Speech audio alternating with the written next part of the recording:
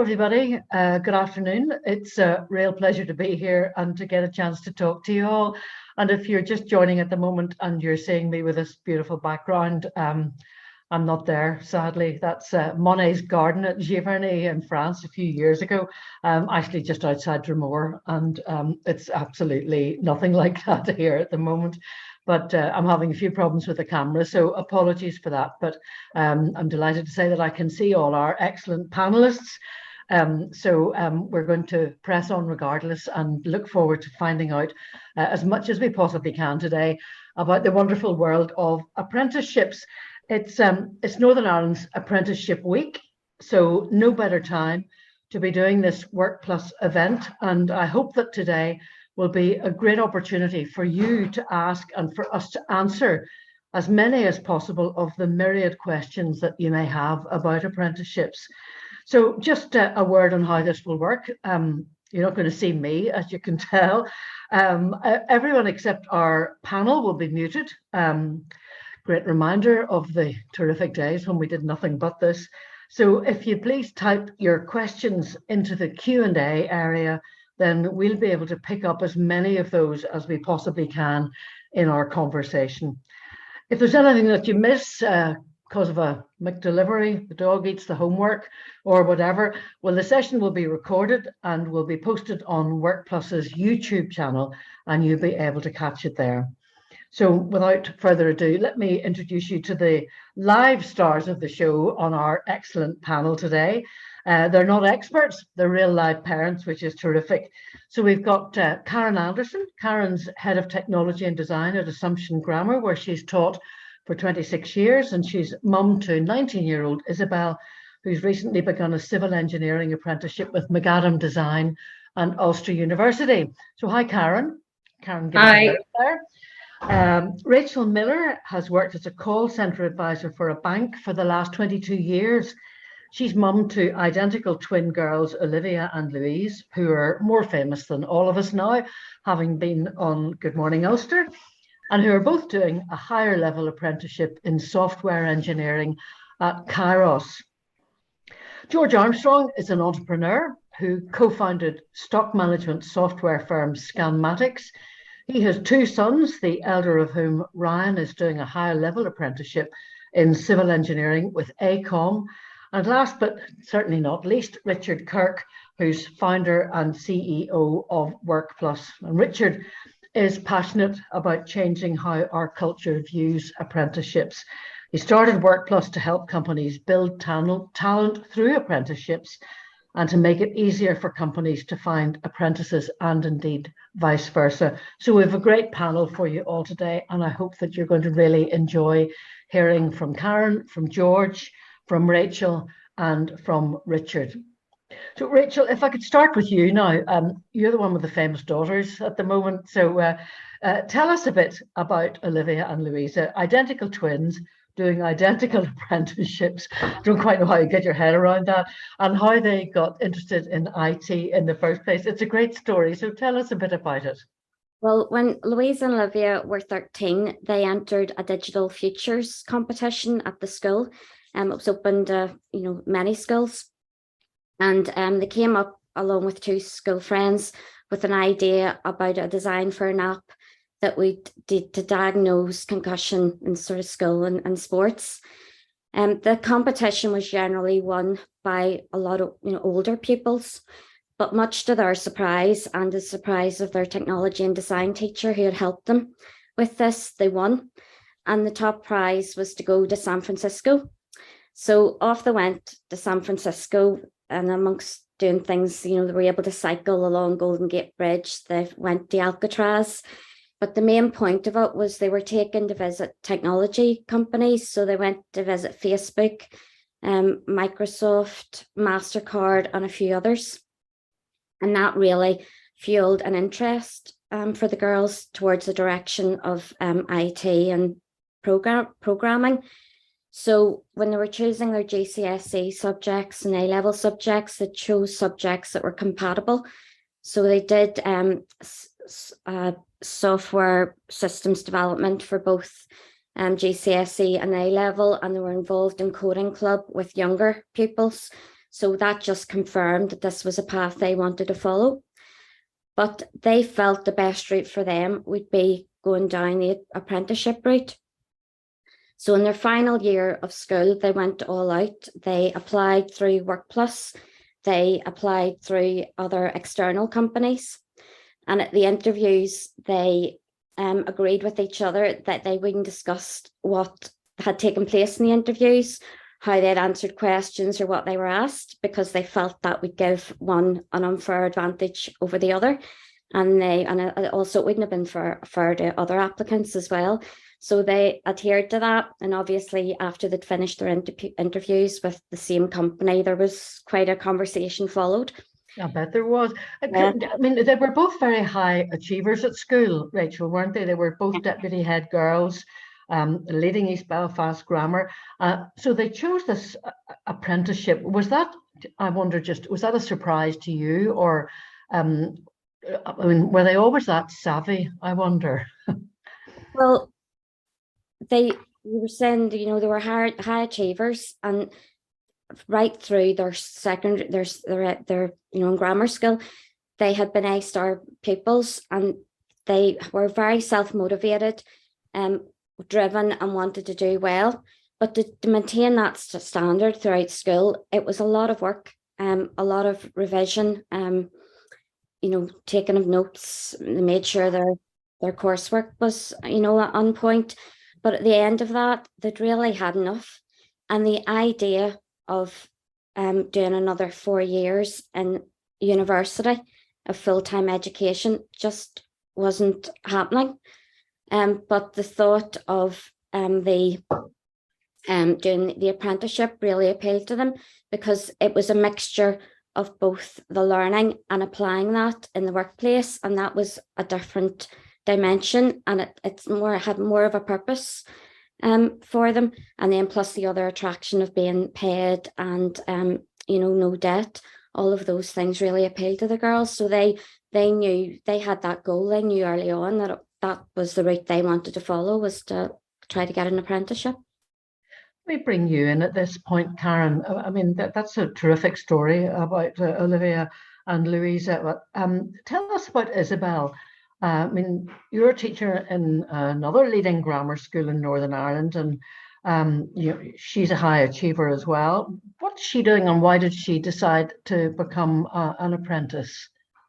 Well, to be honest, originally it wasn't sort of a definite decision to be an apprentice. At the start, throughout school, Isabel's favourite subjects were maths and technology. So she was sort of following those through to A level.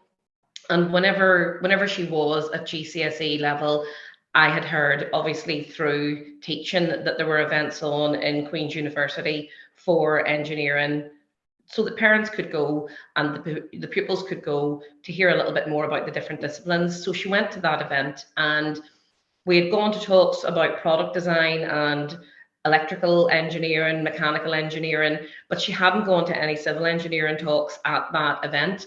And she came away from that quite determined she was going to do product design. And then the next year, there was an event on at Ulster University, which was to do with it was the Dream Big event. It was a movie. And I suggested that we go to that, not realizing that it was solely about civil engineering. And when she came out of that, she said, that was quite cool.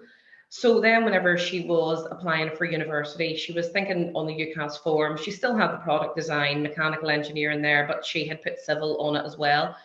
And I had heard about the apprenticeships and had said to her, why not apply for some apprenticeships as well? So she put in the form, and you know, obviously civil was really the only thing there that was of interest to her. And initially at that stage, she was in two minds. She was thinking, do I want to go to university? Do I want to do the apprenticeship? But she had put in the application to give herself options. And then it got to the point where they got interviews. And once she started to get interviews, she thought, you know, I actually think that maybe the apprenticeship might be what's best for me. And, you know, she had after the first couple of interviews with a few of the companies, she said, you know, I actually got quite a good feel from the people that were on the panels. And I think maybe the apprenticeship route is definitely the way for me at this point. And when she then got offers through and accepted the offers, obviously because I had suggested the apprenticeship, I didn't want it to be, oh, I'm doing this apprenticeship and you were the one who suggested it. So I said to her, are you definitely sure this is what you want? Before you accept the offers, are you 100% sure you don't want to just go to university? And like Rachel had said, Isabel said, I don't think I could face the thought of sitting in lectures 5 days a week. She said, I think I would probably rather do the apprenticeship. And she accepted the position, and she is absolutely loving the work aspect of the apprenticeship at the moment. Well, that's fantastic, isn't it? And Rachel mentioned how much Olivia and Louisa are enjoying having a bit of financial independence. What about Isabel? I mean, it doesn't make a difference, does it? Well, obviously, whenever they're at school, they'll have a little part-time job and they'll earn a little bit of money from that as they're going along. But, that is really just pocket money, whereas now they're earning a proper salary doing the apprenticeship. And, we live in Dromore. We're not too far from Belfast, but Isabel decided that she wanted to get the experience of living away from home. So she's living up in halls at Ulster University, and she's completely self-funded. We're not paying for her to be in halls. She's paying for that herself out of her earnings. And, she still has plenty of disposable income as well to live on. And, I think she really does enjoy the financial freedom for that. She's going to, she's planning on perhaps maybe booking her own summer holiday and things like that, because obviously she has the freedom to do that now. She might go with you as well, mind you. Well, I think so. I'd say there are very few teens out there that if mum and dad were going to take them somewhere, they would turn it down. True enough. Look, I'm going to come back to you later on about your own feelings about apprenticeships, and I know that there are quite a number of young people who've come out of your school and have gone into apprenticeships, and it's at least in part thanks to you. But I'm just keen to bring George in and find out about Ryan. What's he doing? How's he enjoying it? And a bit about the journey that he went on, George. Yeah, Wendy, I would say, like, is he enjoying it? It's the best thing's ever happened to him. That sense of freedom, being fully independent, both financially and still having the perks of the university life. Last weekend, he plays cricket and he was representing the university at the indoor cricket event for the All Ireland stuff. And he's still getting both parts of that, but his journey was slightly different than sort of Isabel, Olivia and Louise, potentially because the idea of a high achiever, he's a boy. And by the time we got to sort of his mocks at Christmas, he was sitting on CDD. He knew he wanted to do civil engineering, and we sort of gave him the opportunity to go and look, it's up to you. We'd always say that, without trying to put pressure on them, but we always say, like, exams open doors, they don't close doors. They will give you the ability to move on. And he sort of took this on board because his grades were a little lower. That's when Work Plus then got involved. He became aware of it at school. And the whole idea of this, where he didn't, another 4 years of studying wasn't sort of filling him full of hope and yes, that's what I want to do. So he fair enough, he got his finger out. he managed to go on, but he applied through UCAS for civil engineering, Liverpool, Dundee, Aberdeen, Queens and Ulster. He got his offers back, and for his case, it was the I think Ulster were looking for BCC, but through Work Plus, it was 3Bs. So we then had that strange thing where university became a fallback, because his target became higher. And say he went through, he applied for Work Plus, did the I think there's the psychometric test, Richard, you might know if that's the right term. Yep, psychometric tests. And Ryan did those, sent it off, and we waited back to hear the results. And obviously you don't really apply to Work Plus until you know your results. But he was fully prepared to go with that. And it's the best thing that's ever happened to him. And as parents, when you realize you don't sort of have to fund university as much as they try and fund it themselves, it makes such a difference. It's the best thing ever happened to him, and maybe the best thing that happened to you as well, Yeah, perhaps. you read between the lines very well. When I look at my kids and the load that they're carrying, and that we helped with too. But I mean, did you have concerns about this, or did you think? I mean, you all know your children well, so did you think that this just might possibly be the answer for him? I would say that like, whenever people from sort of maybe sort of the generation I grew up, whenever we were young, an apprentice was someone who worked at the very bottom, and it was typically a trade apprentice. There wasn't this higher aspect of a higher level apprentice, didn't really exist. And I was very lucky in that I'd bumped into Richard a couple of times through sort of business networking events, and I got a chance to speak to him a little bit more detail, and he's able to explain it better. And that allowed me then to speak to my wife, and we were able to talk more about it. And we both felt if this is what Ryan wants to do, then we can support him. I mean, say university became that fallback option, and we would support him equally in that. But once we understood what it was, like whenever the kids went to bed, and we sort of had that chat between ourselves, you're like, well, jeepers, that's going to really help from sort of that financial perspective, without getting selfish about it. But that's really what you want, the best for your kids no matter what. But whenever the upside was that there's no student debt, he's out of school after his A levels, earning a proper wage. All of a sudden, things are very different. And not only that, it was a 9-to-5 wage. If he's at university and he's doing his part-time work, then he's working in the bars and the pubs, whatever potential there is. And it's almost like work that he does to get by, as opposed to work that will generate experience in his chosen path. So there's so many different aspects to it that really just made complete sense. Well, I will come clean at this stage and say apologies if any of you have heard this before. Poor Richard has heard me talk about it before. But when one of the reasons why this really chimes with me is that I was at university studying law and decided that I wanted to take a different path and become a journalist. So I was an apprentice. I studied, or at least I had a kind of brief training course, and then served my indentures with the East Antrim Times in lovely Larne, and worked my way from there. And I must say, I never regretted for a moment that was the way that I had gone about it. Yes, I'm sure that there were degree level journalist courses available at that stage, but I had a job. The people that I was at university with were enormously jealous because I was making the enormous sum of £1,184 a year, and was living in a flat 13B Gardenmore house, that one remaining awful tower block on the way into Lawrence. So it was a joy and a delight, and having the dosh was excellent. I mean, you've all talked about the link with Work Plus. I think it would be a good moment to bring Richard in at this stage. I mean, we normally do it at the end, but I think I'll try and pepper the whole thing with each one of you in different aspects of it. Richard, what is Work Plus for those of us who aren't familiar with it? George gave us a bit of an idea of how he got in touch with you, but tell us all what it actually is and how it works.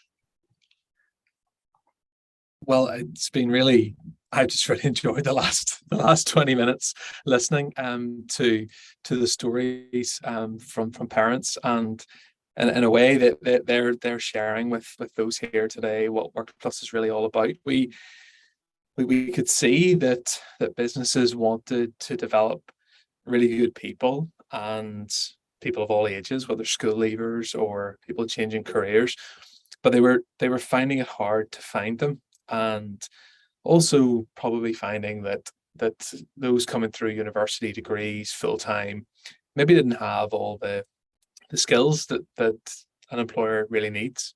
They had the qualifications, of course, but didn't have all the other skills that would be useful for a business to develop that person right throughout a lifetime. So we had that in mind, and the businesses said we need something different. We want to get involved a bit earlier in the process. So my I started in this space really by bringing together a group of employers who all wanted to work together to change how our society perceives apprenticeships. So it's very mission focused in that sense. And that started about 8 years ago. And then in 2019, Work Plus became an independent organisation, having started with just within the civil engineering sector. It's great that we're still supporting that sector, but also great that we're working with manufacturing, software, banks, fintech businesses as well, because that means that our young people and career changers have more options available to them. So we tried to create an online platform, which was really like a UCAS style approach, where someone could come and apply to multiple opportunities, because it's very difficult to know when companies are hiring for apprenticeships.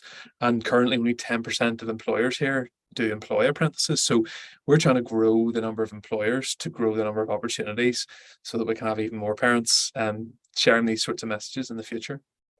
When you're talking to schools, to employers, parents, aspiring apprentices all year round, are the experiences that we've been hearing from Karen and from George and from Rachel, are they typical, Richard? Well, the tide definitely seems to be changing around perceptions of apprenticeships.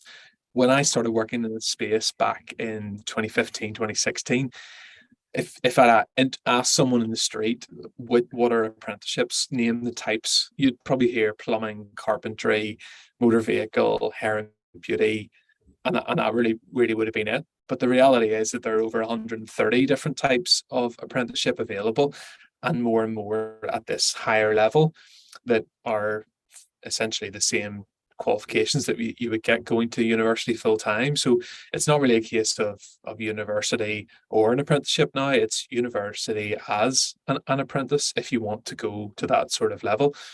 So that's been great to see the tide turning around that. And even some of the schools, my colleague Lucy is incredibly active with the schools, having visited 50 schools last year, and already has visited about a dozen this year already. So it's really good to see that engagement with the schools. They're very open to this concept. And we've spoken at a few parents' evenings as well. And it's good to see school leadership thinking about what's the measure of success for us as a school.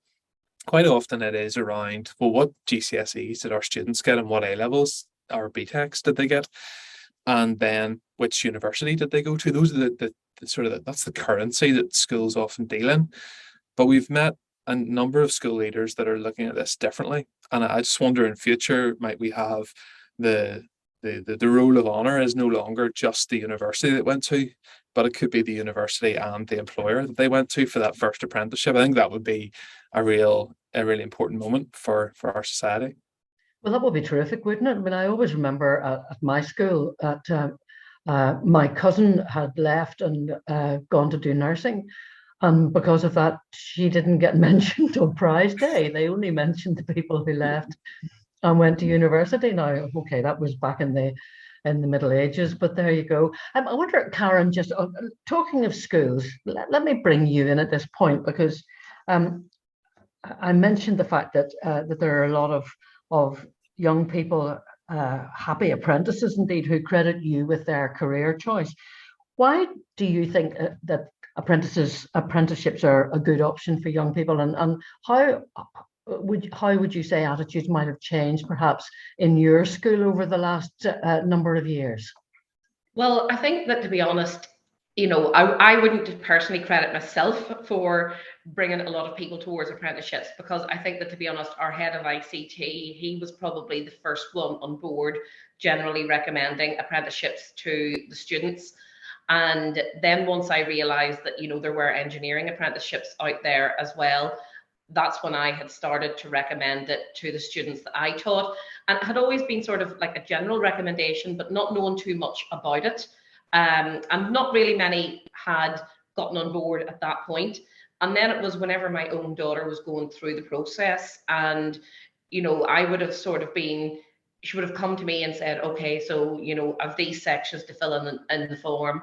And I sat with her and I saw what she was doing and filling in as she was going through it. So then that meant I was able to talk to my students about how to fill the form in, and there are sections, make sure you choose your employers, put them in order, and things like that. So just the little hints and tips that I had learned through watching one of the webinars from Work Plus. So I was able to sort of help some of the students as well and give them advice on what they should be doing when they were filling the form in.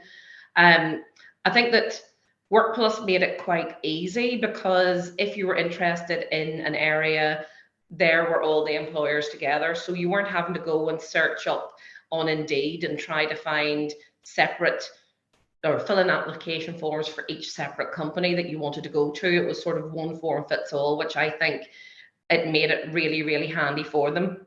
As I said, Isabel was only really interested in civil engineering, but if you'd been interested in civil engineering and quantity surveying, it was still just the one form for it. So, give some of the students a little bit of advice. And one of the students from my class, she ended up doing a Work Plus apprenticeship in civil engineering as well. Another student, she had applied for a few apprenticeships, but I think she did end up going in one that was maybe company-based outside of Work Plus. But out of my A-level class, which was quite small, there were only 7 in the class, 2 of them went on to do apprenticeships. I'm still recommending it this year, because obviously now that Isabel's doing it and she's really enjoying it, I can see it from that side as well. And I know that one of the students in my class, she has been filling in her Work Plus form, although it's not civil engineering she's looking to go into. I think she'll do software.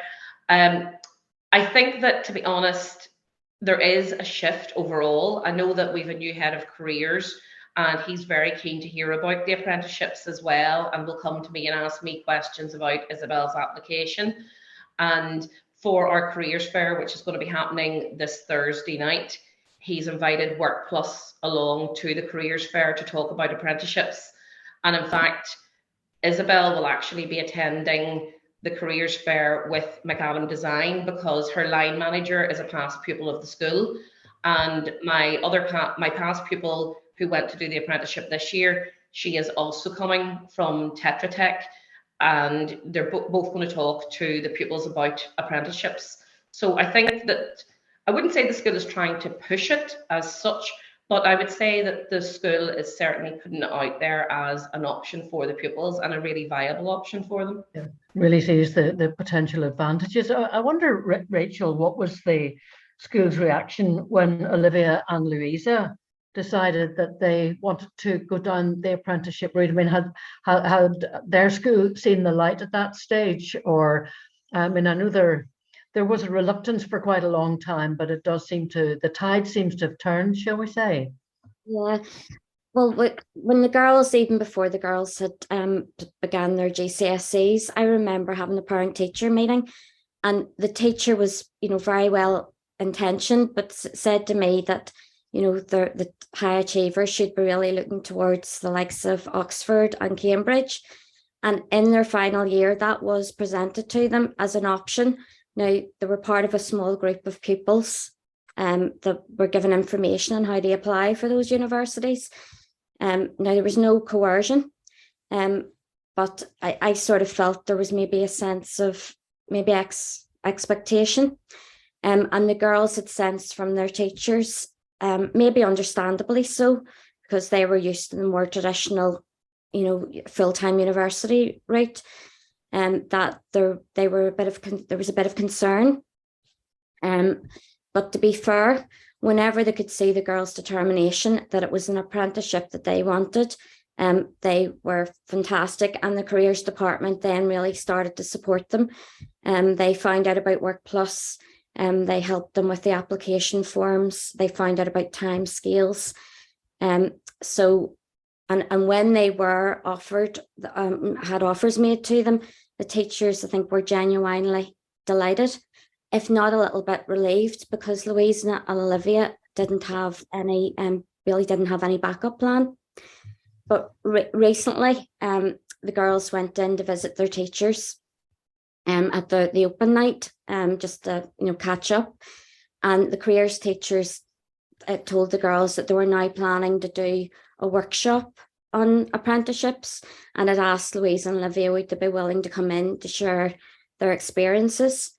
And I just think that's very positive and, you know, a great, I really respect that, because I do think that apprenticeships should be presented as a strong and viable alternative to full-time uni. And it would be nice to think that Louise and Olivia's experience and from the background they've come from, you know, with being deputy head girls, that's maybe helped to change perceptions around apprenticeships.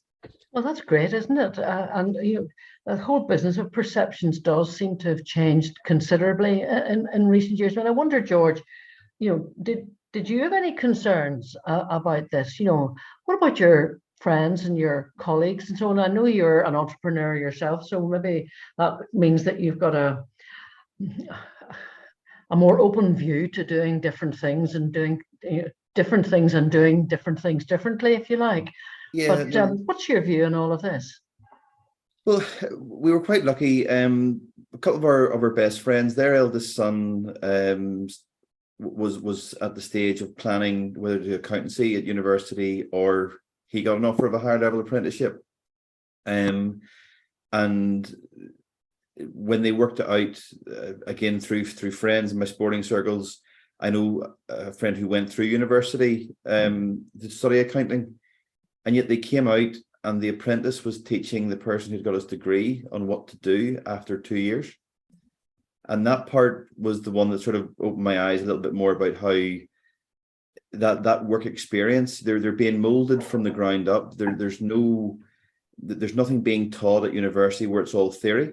They're actually getting practical and the theory side by side, which in turn just amplifies the effectiveness of it all. And to go back, one of the things you said about the school currency, where it was always about what university they went to. I know that the school that Ryan was at, and also his younger brother, but there does appear to be a shift in that measure of success, where it's about a successful career. It's how can the pupils go along and become like role models for future generations.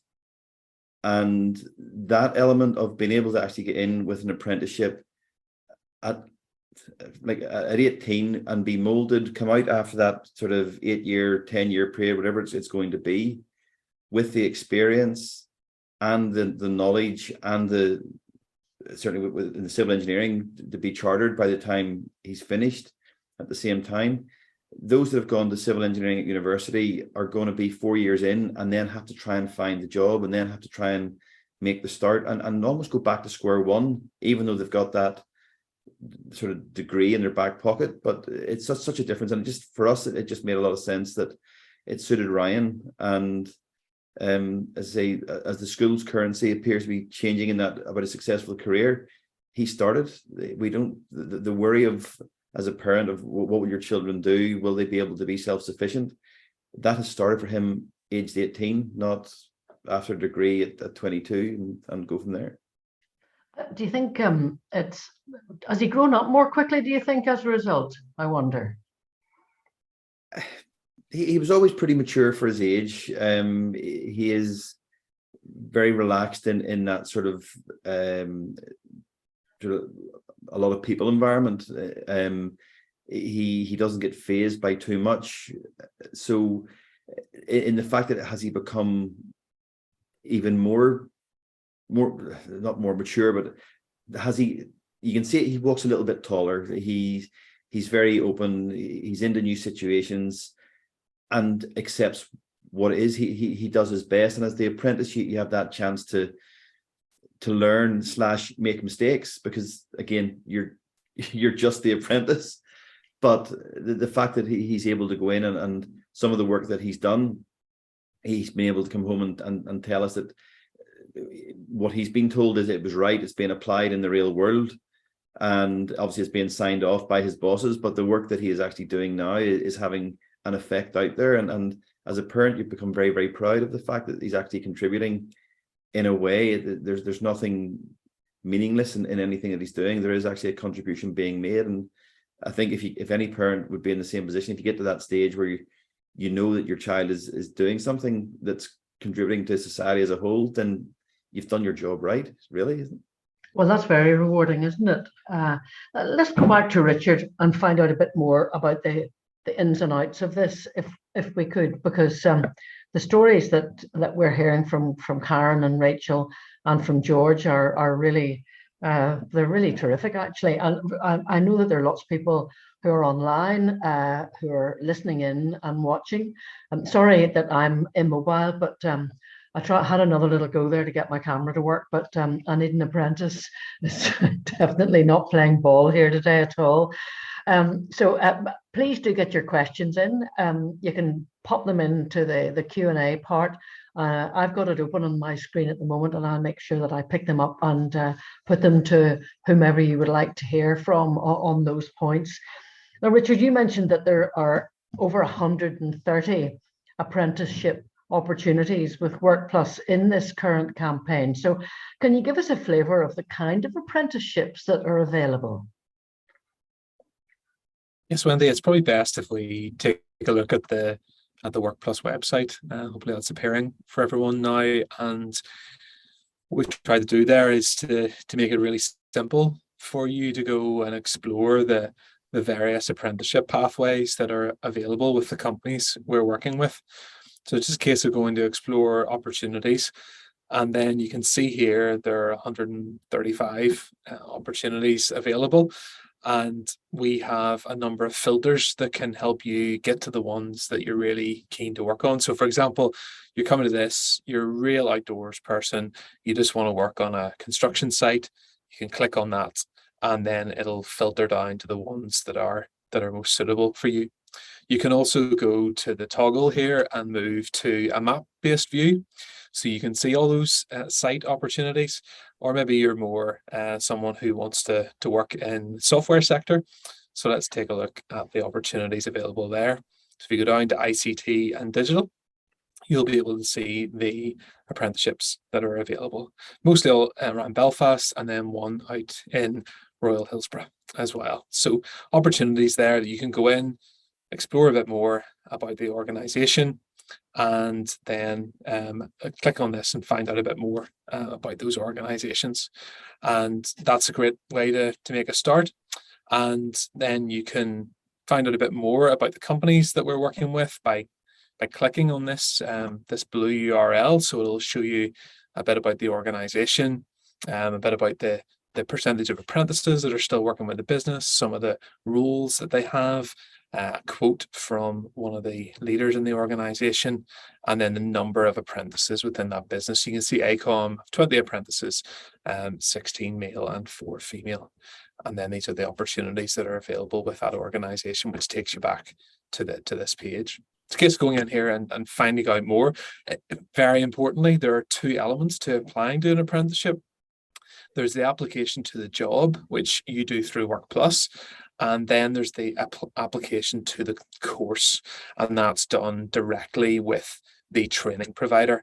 And we've provided some information here, which is from the training provider's website, about the modules, what you'll study on that program, but you need to go and make that application separately on the course provider's website. So that'll take you through to the relevant place to go and make that application. That's critical that you do that, because otherwise you could end up not securing a place on the course, which means you can't become an apprentice. So we'd encourage all applicants to do that at this point in the process. As you go in here and create a particular profile for yourself, you'll be able to see that there are a number of questions that you have to answer. And there are 3 distinct elements to the application through Work Plus. There's a profile, which is all that personal information that you only want to have to enter once. And this is where we can help applicants rather than having to repeat that across multiple employers. You can make as many apprenticeship applications as you want, which is a little bit more effort, but that allows you to actually make applications. And then there's an aptitude test alongside that. So the profile element is all about you, your qualifications, work experience, and then these 5 free text questions, which are your opportunity for your son or daughter to make a chance to stand out. 150 words for each of those questions, and then just some monitoring information as you would do with any other job profile. So the aptitude test then is done on a separate site. It takes about 30 minutes to do, And it's a chance for the employers then to better understand your personality, abilities, and interests, that can draw out some of those wider skills, which just aren't about your qualifications and the work experience that you've already gained. So that'll be helpful for the employers. Probably worthwhile having a look just at the time frame of everything, so that you have that in the back of your mind. So we just go back to the homepage here, and you can see that there is a time frame here. So applications are open until the 24th of February, and there's no extension of that deadline. So please make sure that you complete your application by that time. And at that point, the system will close down. There's then a week for shortlisting for the employers, and the interviews happen in March. And that means it's all out of the way by the end of March, so that hopefully your son or daughter can walk into their exams knowing that they just need to get the minimum grades to get onto the course, and they have an apprenticeship in their pocket. So hopefully that's been helpful. Happy to pick up any questions if I've missed anything. Great. And just do please take Richard up on that. Pop your questions. I'm looking at the panel here, which is wonderfully empty at the moment, but please do pop your questions in there, and we'll make sure that Richard answers them. Richard, there's one question I'm sure everybody wants to know the answer to. What about money? I mean, we've heard that the apprentices get paid, which is jolly nice. And I saw some of the salaries there, which were a lot more than my £1,184 a year. But how does it work in terms of salary and fees and so on? So the deal with an apprenticeship is that you, as the apprentice, are in a job. So it's not a training course where you get some work experience. It's a job from the start. And typically that's 4 days in work and 1 day at college or university. So the employer pays you a salary based on those 5 days, so that the day that you're not productive in the office, on the site, in the factory, it's still part of your employment contract. So some of the starting salaries for lower level apprenticeships might be in around 14, 15,000 as a starting point. And some of the higher level apprenticeships might be starting on 20, 21, 20, even up to 22,000 as a starting salary.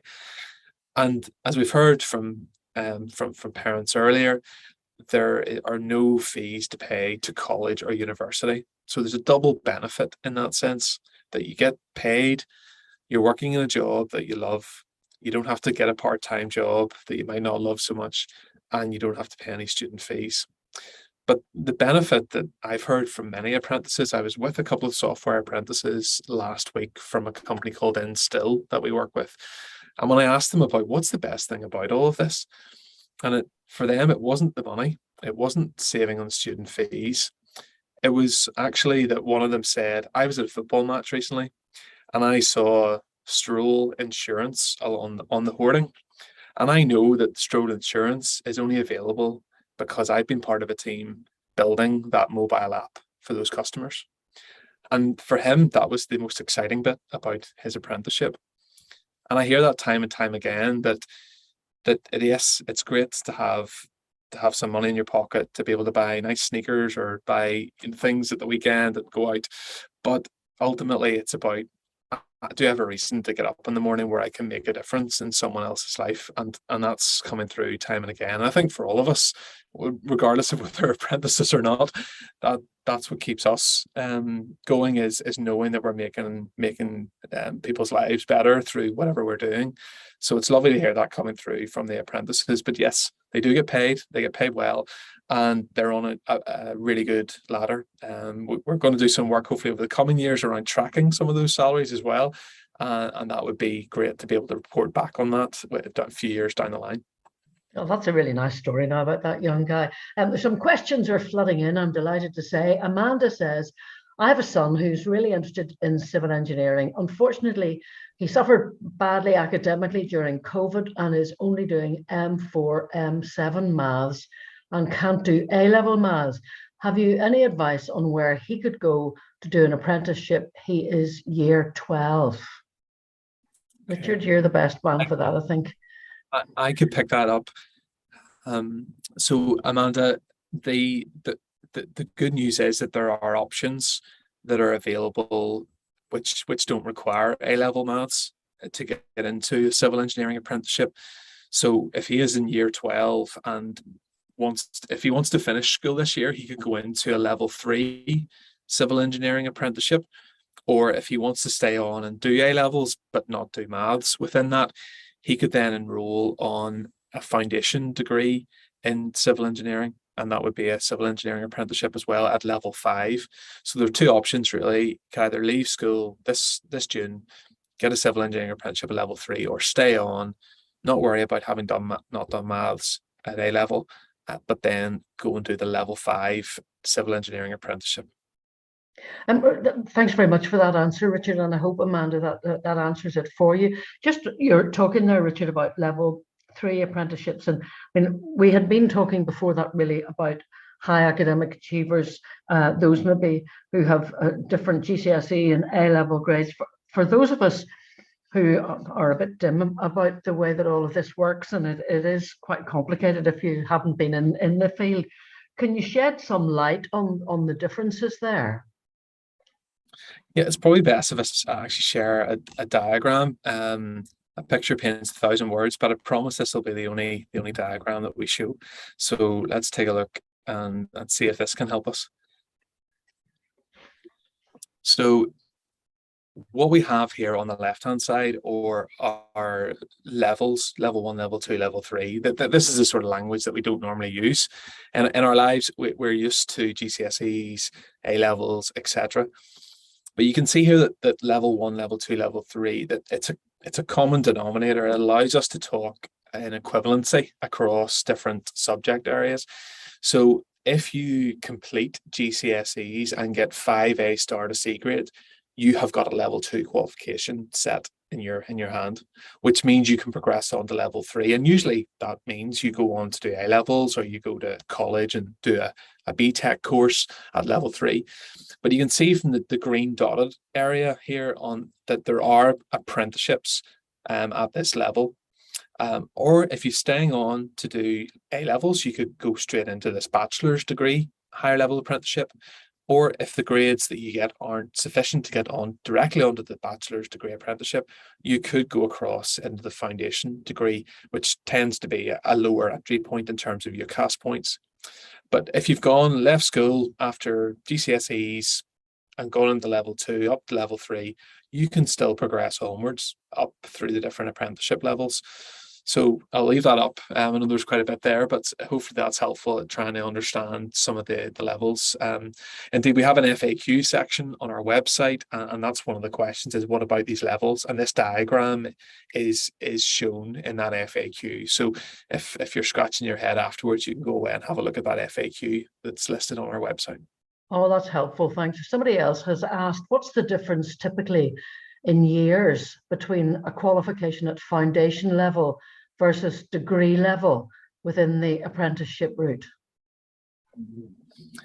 So a foundation degree as an apprenticeship would be a minimum of 2.5 years, but could be 3 years. So that's the time frame. And a degree apprenticeship, again, it does vary by subject area. So, for example, if you're doing computing systems, which is the one that Olivia and Louisa are doing, it's a variable progression route. So you could do it if you wanted to go at it really intensely. You could do it in as little as 3 years. But most would tend to do it in 4, 5, or 6 years. So you can extend it out as far as you want. So typically those degree apprenticeships vary between 3 to 6 years for a bachelor's degree. It depends on the subject area, but most of them on average would be 5 years. So if you think about it, it's doing a full degree, but you're doing it one day a week. So it's inevitably going to take longer to do it in that way. But it's all that experience that you get along the way, learning in real time from people on real projects, and all those other skills that you develop, like teamwork, creativity, communication, and problem solving. That's the real benefit to this apprenticeship approach. It's interesting now what you said there, that it's, it takes 5 years, but you're working and you're at university at the same time. I wonder, Karen, if you can tell us, I mean, it's hard work to do that. I can remember talking to some apprentices who were saying, well, yeah, it is hard work and they were enjoying it and so on. But How's Isabel finding the fact that she's working and studying in tandem? Well, to be honest, I think that at the start they were maybe eased into it quite a bit, because in their first semester of starting off, they had one module to undertake. So whenever it came to the exam time, she had one exam to do, and it was assignments for one module. This semester, I think they maybe have two modules to do, so the workload might be increased a little bit. But I think that, to be honest, if you're out there and you're working and you're doing a 9 to 5, you are organized. And a lot of these students were probably organized when they were at school. They maybe were going to school, doing their homework, doing coursework, part-time jobs, sport and activities. So it is still carrying on that theme. You do have to keep yourself organized. But as George said earlier, with doing the apprenticeship from 9 to 5, they don't have part-time jobs to hold down, that they're working in the evenings. So there is the time there to spend on doing their work. But at the same time, there is still time to have a life work balance. There's still time to be involved in sporting activities. There's still time to see friends and socialize with friends as well. And I think that at the moment, certainly Isabel seems to be coping okay with it, because you're not doing the full degree. You're not doing all three modules that the full timers are in one go. You're taking it bit by bit, because you are taking longer to do it. I wonder, Rachel, but just briefly, what about Olivia and Louisa? They're managing it. They sound like they're two fairly well organized young women.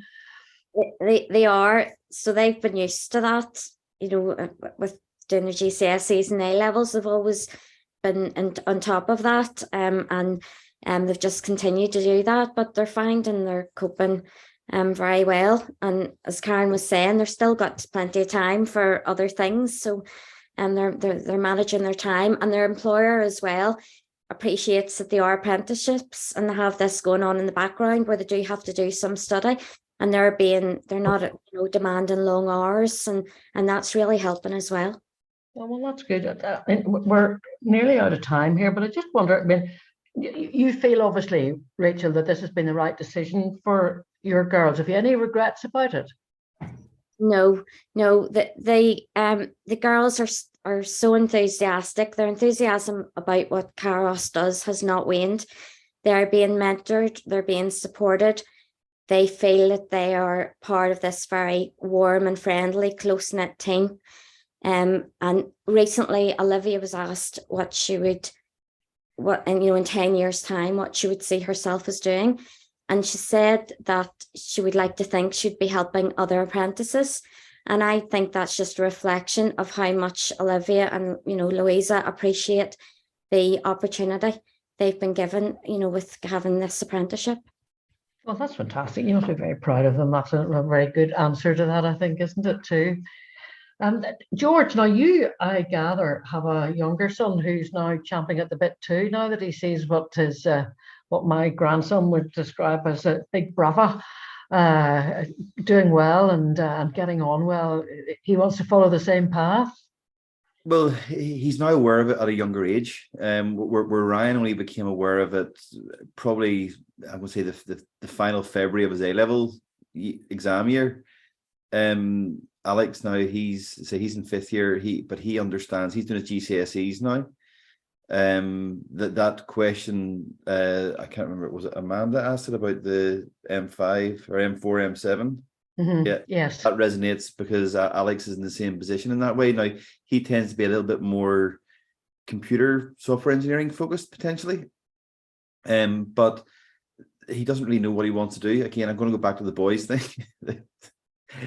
As long as whatever they get, but the apprenticeship, we're aware of it, and and thankfully, knowing Richard through their own sort of outside business. And getting to know him a little bit better because Ryan's been on that. It's something that we're even considering our business ourselves of how we can get involved in this down the line, because the advantages I've seen from the parent and from the benefits to Ryan, then trying to pass that on to the next cub who's coming past, and then anyone else down the line, it just makes so much sense. Well, that's excellent. So you're a bit of a salesman for this now, by the sound of it, George, passing on the good work. Very, very similar. It's the best thing that ever happened to Ryan. He's had such a positive experience from it. Karen and Rachel appear we're maybe 4 months in. It's exactly the same sort of experience that you're describing is what we've got. So it is without doubt, we feel very lucky that he has been able to A, have the opportunity, but B, take advantage of it. And no, it's just I can't fault it in any shape or fashion. Look, thanks to all three of you for telling us your stories about your terrific kids and the way that they're progressing in life, and good luck to all of them. Before I go to Richard for one last word, well, he'll be answering this question. Sinead has sent in a question saying, can I assume there's a natural progression from foundation level to degree? So, for example, my son may not meet the entry requirements for a degree, but can he complete the foundation and then move across to degree level? So there are some pathways, Sinead, where it is a natural progression. So civil engineering, software, there are level 3, level 5, level 6, and in case of civil engineering, level 7, where you can make that progression the whole way through. There are some other areas though that have level 5, but there's no natural progression. So for example, there's supply chain and logistics is a level 5 foundation degree apprenticeship, but there isn't a level 6 in that. So it's just having your eyes open to that. But once you come in, do a level 5 in something like supply chain logistics, there is a level 6 in business management, customer operations. So although the naming is not, there's not a level 6, there are other pathways which they could progress onto if the employer wishes to do that, if they're, but that's the limitations. But just be aware of that as you go through that. There's not a natural progression, but there's definitely a way to proceed through a different type of apprenticeship. Well, that's good to hear. And I see that Amanda's come back and said, thanks very much. She'll pass on that information to her son. So Richard, just kind of on a finally, for those whose children would like to know more, how do they get in touch? What do they do now? So our applications are open for 2.5 more weeks until the 24th of February. So we would love to hear from you. And if you have any clarifications that you need, please just visit workplus.app. And there's a chat function there. We'd be happy to take any questions. Review our FAQ section. We also have a YouTube channel, which is full of stories from parents, from school leaders, from apprentices, which can hopefully help to continue this conversation. We did an event called an apprenticeship clinic yesterday, which ran through the application process. Lucy ran through that for us. That'll be uploaded to YouTube later this week. So there's a chance for you to view that as well if you need specific help with your application.